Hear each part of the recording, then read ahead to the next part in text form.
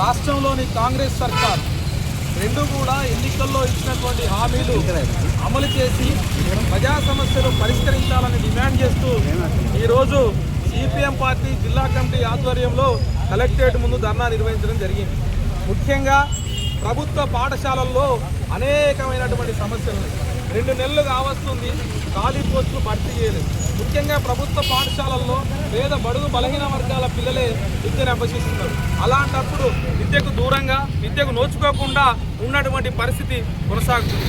వెంటనే ఖాళీ పోస్టులు భర్తీ చేయాలని చెప్పేసి కనీస సౌకర్యాలు ప్రభుత్వ పాఠశాలలో కల్పించాలి. అనేకమైనటువంటి సమస్యలు ఉన్నాయి. మరుగుదొడ్ల సమస్య కావచ్చు, కూలిపోయినటువంటి రూమ్ల సమస్య కావచ్చు, అట్లాగే చెట్ల సమస్య కావచ్చు, ఇట్లా అనేకమైనటువంటి సమస్యలు అని చెప్పి సిపిఎం పార్టీ జిల్లా కమిటీ ఆధ్వర్యంలో ఈ 2 నెలల కాలంలో అనేక పాఠశాలల్లో ప్రైవేటు ఆసుపత్రులు అట్లాగే గవర్నమెంట్ ఆసుపత్రులు కూడా సందర్శించడం జరిగింది. అందులో ముఖ్యంగా ప్రభుత్వ ఆసుపత్రుల్లో కూడా ఎక్స్రే సౌకర్యం కూడా లేనటువంటి ఆసుపత్రులు ఉన్నాయి, ల్యాబ్ సౌకర్యం లేనటువంటి ఆసుపత్రులు ఉన్నాయి, అనేకమైనటువంటి రక్త నమూనాలు తీసుకొని టెస్టులు చేసేటువంటి పరికరాలు లేనటువంటి పరిస్థితి, పేషెంట్లకు తగినంత ఏదైతే టాబ్లెట్ లేనటువంటి పరిస్థితి, ముఖ్యంగా బీపీ టాబ్లెట్ లేనటువంటి హెల్త్ సెంటర్లు కూడా ఉన్నాయని మీకు గమనించాం. అట్లాగే ప్రభుత్వ హాస్పిటల్కి ఎవరు వెళ్తారు? పేద ప్రజలు వెళ్తారు. మరి పేద ప్రజలకు కనీసమైనటువంటి సౌకర్యాలు లేకుండా ఈ కాలం వెల్లదీస్తున్నటువంటి రాష్ట్ర ప్రభుత్వం వెంటనే ప్రభుత్వ హాస్పిటల్లో ఉన్నటువంటి ఖాళీ పోస్టులు భర్తీ చేయాలి. అట్లాగే స్వీపర్లు కానీ అటెండర్లు కానీ ప్రభుత్వ హాస్పిటల్లో నియమించాలని చెప్పేసి కూడా డిమాండ్ చేస్తున్నాం. అంతేకాదు ఇలా సగటు మనిషి సంపాదించినటువంటి సంపాదనలో 100కి 60% సంపాదన విద్యకు వైద్యానికి ఖర్చు అవుతుందని ప్రభుత్వ గణాంకాలు చెప్తున్నాయి. మరి అలాంటప్పుడు బతికెళ్ళదీయాలి సామాన్య మానవుడు. కాబట్టి ఈ 2 కూడా ఉచితంగా పేద ప్రజలకు అందాలని చెప్పేసి కూడా డిమాండ్ చేస్తున్నాం. అట్లాగే ఏదైతే ప్రైవేటు ఆసుపత్రుల్లో ప్రైవేటు విద్యా సంస్థల స్కూళ్ళల్లో కాలేజీల్లో ఫీజుల నియంత్రణ చట్టం లేకపోవడం మూలంతో ఎవరిష్టం వచ్చినట్టు వాళ్ళు ఎవరిష్టారాజ్యంగా ఒక్కొక్క స్కూల్కు ఒక్కొక్క రేటు అనే విధంగా ఇష్టం వచ్చినట్టు ముప్పటిగా తల్లిదండ్రుల నుంచి అట్లాగే రోగుల నుంచి దోచుకొని కోట్ల రూపాయలు గడిస్తున్నటువంటి పరిస్థితిని మనం కళ్ళారా చూస్తున్నాం. అందుకే ఫీజుల నియంత్రణ చట్టం తీసుకురావాల్సిన అవసరం ఈ రాష్ట్రంలో ఎంతైనా ఉందని చెప్పి ఈ సందర్భంగా డిమాండ్ చేస్తున్నాం.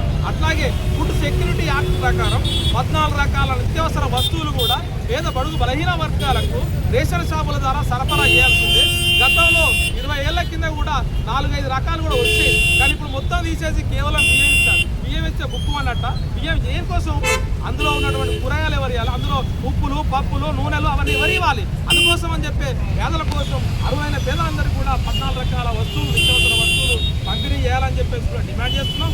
ఎన్నికల్లో బీజేపీ ప్రభుత్వం ఇచ్చినటువంటి 2 కోట్ల ఏటా 2 కోట్ల ఉద్యోగాలు ఇస్తామని చెప్పేసి యువతకు ప్రజలకు హామీ ఇచ్చారు. 2 కోట్లు కాదు కదా, ఉన్న ఉద్యోగాలు మొత్తం కూడా పెరిగినటువంటి పరిస్థితి. అట్లాగే ఈ రాష్ట్రంలో ఏదైతే రైతాంగానికి సంబంధించిన అనేక ఇష్యూస్ ఉన్నాయి. ఇలా రైతులకు ఆదాయాన్ని రెట్టింపు చేస్తామని చెప్పేసి అధికారంలోకి వచ్చారు. రెట్టింపు ఓంగా ఇవాళ పెట్టుబడులు ఇన్పుట్ సబ్సిడీలు పెట్టుబడులు విపరీతంగా 4 రెట్లు పెరిగిపోయినాయి. మొన్ననే ఎరువుల ధరలు విపరీతంగా డబుల్ రేట్లు పెరిగినటువంటి పరిస్థితి. అందుకోసం అని చెప్పేసి కేంద్ర రాష్ట్ర ప్రభుత్వాలు కూడా ఈ రైతు డిస్కౌంట్ తీసుకొచ్చారు. రాష్ట్ర ప్రభుత్వం 3వ డిస్కౌంట్ తీసుకొస్తే ఇది రైతుల నుంచి వెళ్ళి రేపు పెద్ద ఎత్తున ఆశానుపాతంగా ఉంటుంది. పెద్ద ఎత్తున రైతుల మెడకు ఉరితాలుగా బిగించేటువంటి కుట్రలో భాగమే ఇలా ఉచిత విద్యుత్తును ఎత్తివేసేటువంటి కుట్రలో భాగమే ఇలా ప్రజలపై భారాలు వేసడంలో భాగమే అని చెప్పి చెప్పగలప్పుడు. అట్లా విబీజీ రామ్జీ చట్టాన్ని కూడా తీసుకురావడం మూలం అంటే ఇలా ప్రజల్లో కూలీలు పెద్ద ఎత్తున పొట్టగొట్టడమే. 90% నిధులు కేంద్రం ఇచ్చేది గతంలో యూపీఏ 1 హయాంలో.